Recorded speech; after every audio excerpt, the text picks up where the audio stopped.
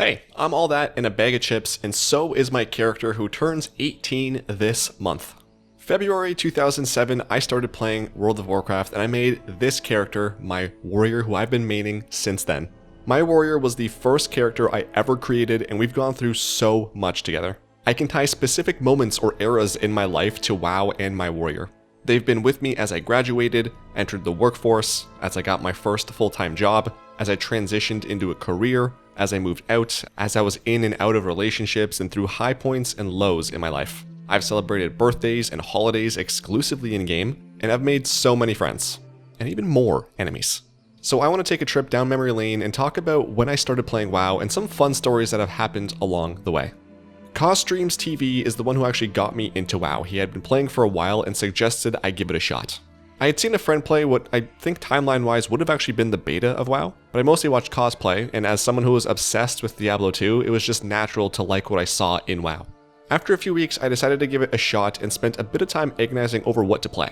When it came down to the race, outside of Undead, Horde just looked absolutely awful. I don't think I spent more than 20 seconds looking at them. Alliance is where it was and currently still is and forever will be at. And I was torn on what to play. This was an important decision, and I spent a lot of time contemplating, and I eventually picked a Night Elf, because they definitely look the coolest.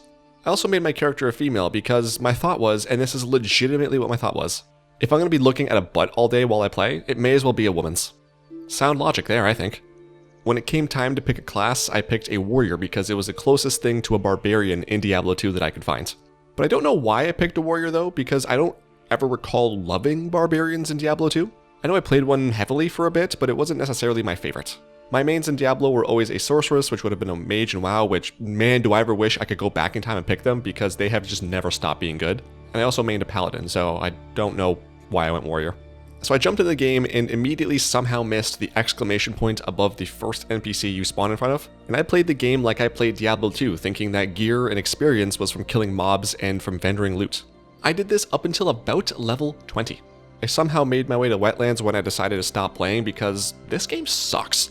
Little did I know though, that WoW had already worked its magic. Despite how boring it was to level the way I was still drawn to the game. There was something about it that I just wanted to play. Not even a week later, I found myself not being able to stop thinking about it, so I jumped back on and kept playing. I don't know how, but I eventually did find quests and the game became so much more enjoyable. I wanted to play every single second of every single day, and I did, until Cause logged in. I don't know what TOS was back then, but Cause and I shared an account that he paid for. I didn't have a job, so I couldn't afford my own account. I would just be randomly playing and then get logged out, I'd log back in, and then get logged out again. And when that happened, I knew what happened next. He'd message me on MSN, "Are you on WoW?" Yeah, why? "I'm on, stop logging in." And thus, my watch had ended. Until the next day, when he went out and I went right back to the grind. I was so addicted to the game that I wanted to play it at school on the computer we had in class, and I remember looking up websites where I could play the game remotely and found some websites that at the time I thought maybe are legit. They promised that I could play WoW anywhere, and all I had to do was simply enter my account details and log in. I paused for a moment wondering, what if this is fake and I get Cause's account hacked? I'd lose all of my characters. But what if it's not fake? I decided to go the safe route and not enter the account details. Psych! I entered those account details immediately. And I didn't just enter them once after it said invalid login. No. I entered those like 20 times. I did it slowly. I used the on-screen keyboard. I said the letters out loud. I tried it all. I have absolutely no idea how his account didn't get hacked. And I never did tell Cause about that, so I'm telling him now. At the time, my computer that I had was a relic and it could barely run the game. Looking back at some of my first videos, I was getting 8 FPS in Netherstorm while leveling. 8 frames per second. Do you understand that now if I lose 8 FPS, I'm upset? I get like 40 FPS in Donegal and I'm annoyed. I played the game every day with single-digit FPS. Until, one day, my poor graphics card decided it had enough.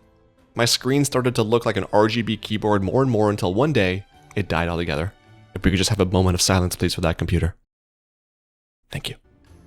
Without a computer for a while, all I could do was talk about WoW. And I remember one day at school, I had randomly let it slip that I played a game called World of Warcraft.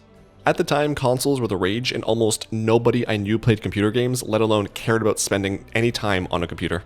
At least that's what I thought, because within minutes, there were like 5 of us talking about WoW, our characters, what level they were, what zone they were in, how amazing the game is. Of those people, only one of them still plays the game, and it's rare that I open my friends list and I don't see him logged into Classic, and it makes me really happy to see. When Cause did replace my computer, I started to make friends in-game too. There was this guy I met named Fane, and he was really cool and helped me out a lot. I think he stopped logging in sometime before Wrath, but we chatted regularly and I hope he's doing well.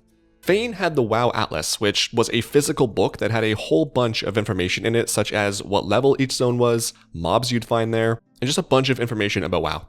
I'd always ask him to crack open the old tome and let me know where I should be leveling at my level, and good guy Fane always obliged. With his help, I was able to get many milestones in the game, many of which I fortunately had the foresight to record and post. I got to level 40 and got my first ground mount. I could barely afford it, but was so excited to not only have a mount, but one of those sweet, sweet tigers. This is the actual footage of that day all those years ago. And it's weird because I can still feel the excitement I felt back then just by watching this video. I made my way to the Outlands at 58, which was especially exciting for me since that was a planet I had only heard stories about. I was blown away by the sky in Hellfire Peninsula, which I still look at today with awe. I just do it with more FPS. I got to the original level cap of 60 and couldn't believe my journey was almost over. I wanted an epic ground mount so bad, but I couldn't afford one and I wasn't even close. The only way I knew how to make gold was through quests and selling everything that I looted. But by the time I got to level 63, I was only 23 gold short. But my man Fane came in clutch and sent me 30 gold in the mail. I had spent probably hours in the days leading up to this considering which mount I wanted to buy. But when I finally made my decision, I knew I had done right. I love this mount. Just seeing it makes me so nostalgic. Then, a couple of weeks later, at 8:59 p.m., on Wednesday, March 19th, 2008, a year and 1 month after I started playing, I hit level 70.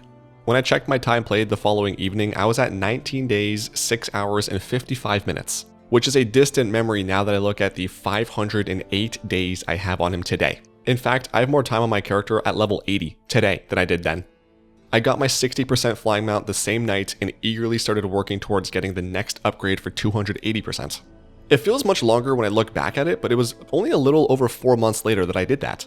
Every day I would complete every single daily quest in the Isle of Keldanis, and I think there were like 3 more dailies I could do before I hit the daily limit of 25.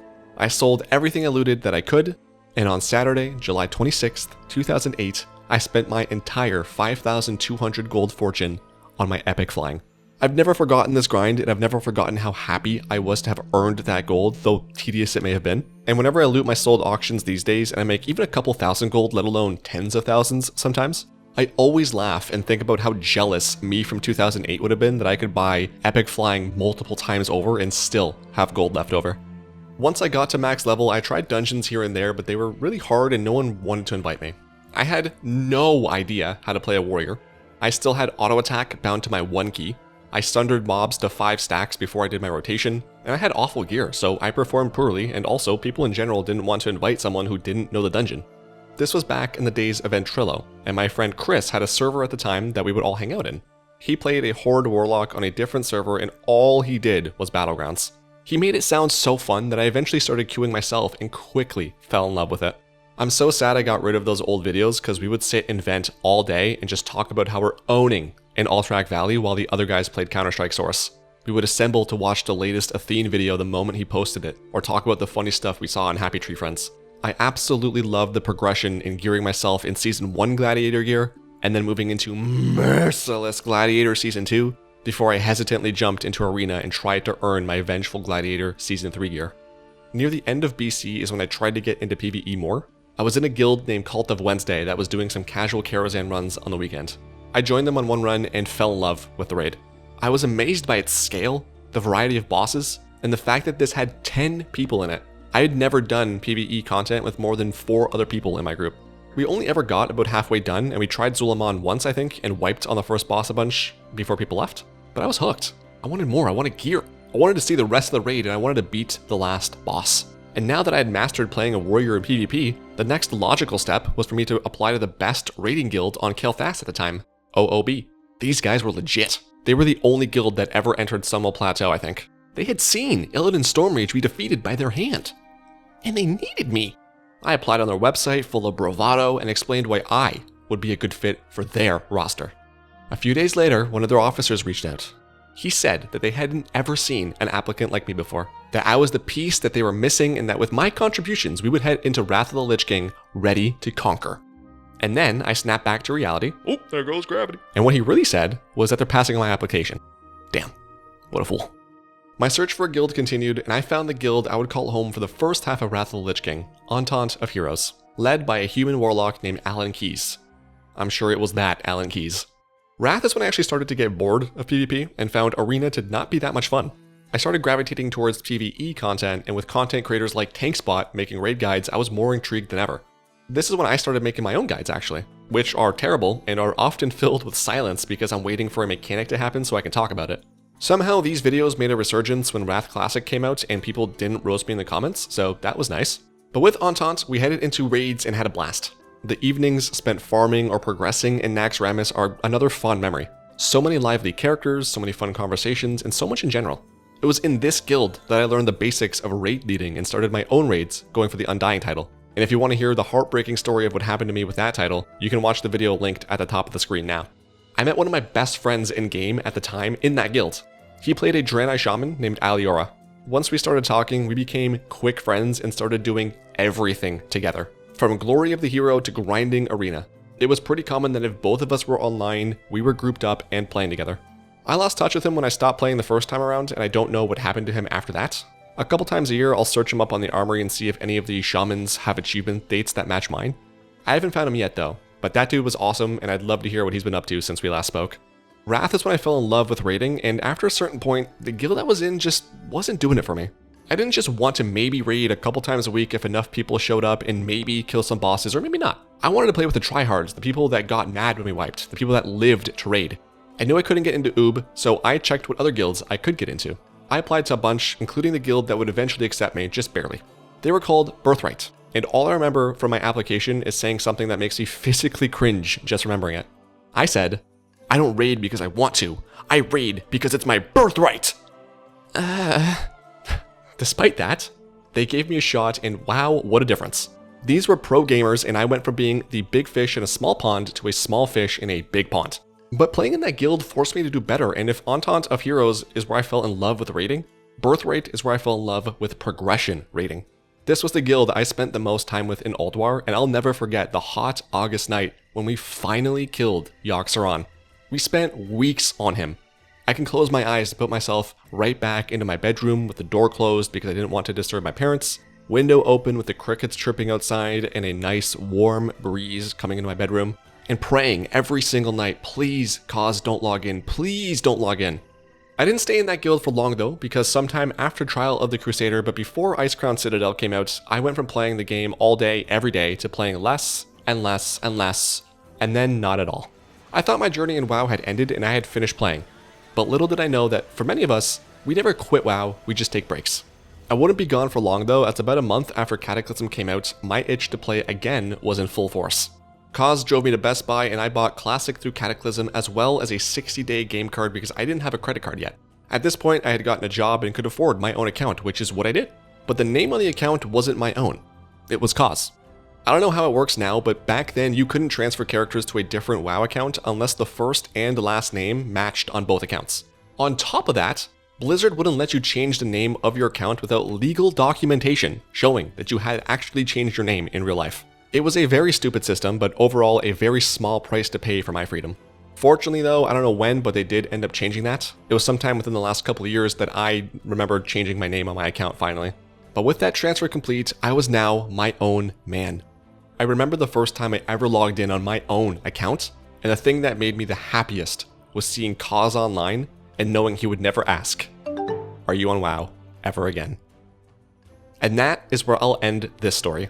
There are definitely more stories I can share from Cataclysm and onwards, like the French guild that I was in that had the worst players in the world in it, or that time Kaz made me farm Netherwing rep on his rogue as payment, or how Deathwing was supposed to be a dragon and not an octopus, or the 2v2 Bladestorm spams, or when Kaz and I created and raid-led our own guild, or when I found the guild that I've been in for the last 10 years, or the summer of Mannoroth wipes. Let me know if I should make a part 2 to this because there's definitely some great stories in there. So happy 18th birthday to my warrior who I made in February of 2007. I don't know if this is weird or cheesy, but in some ways he's one of my best friends and I'm glad we got to spend the last 18 years together. If you enjoyed Storytime, please give this video a thumbs up and consider subscribing to my channel if you're not already. If you want more Storytime, check out the video I mentioned earlier talking about the 3 saddest things that happened to me in WoW. Thanks for watching, I love you lots,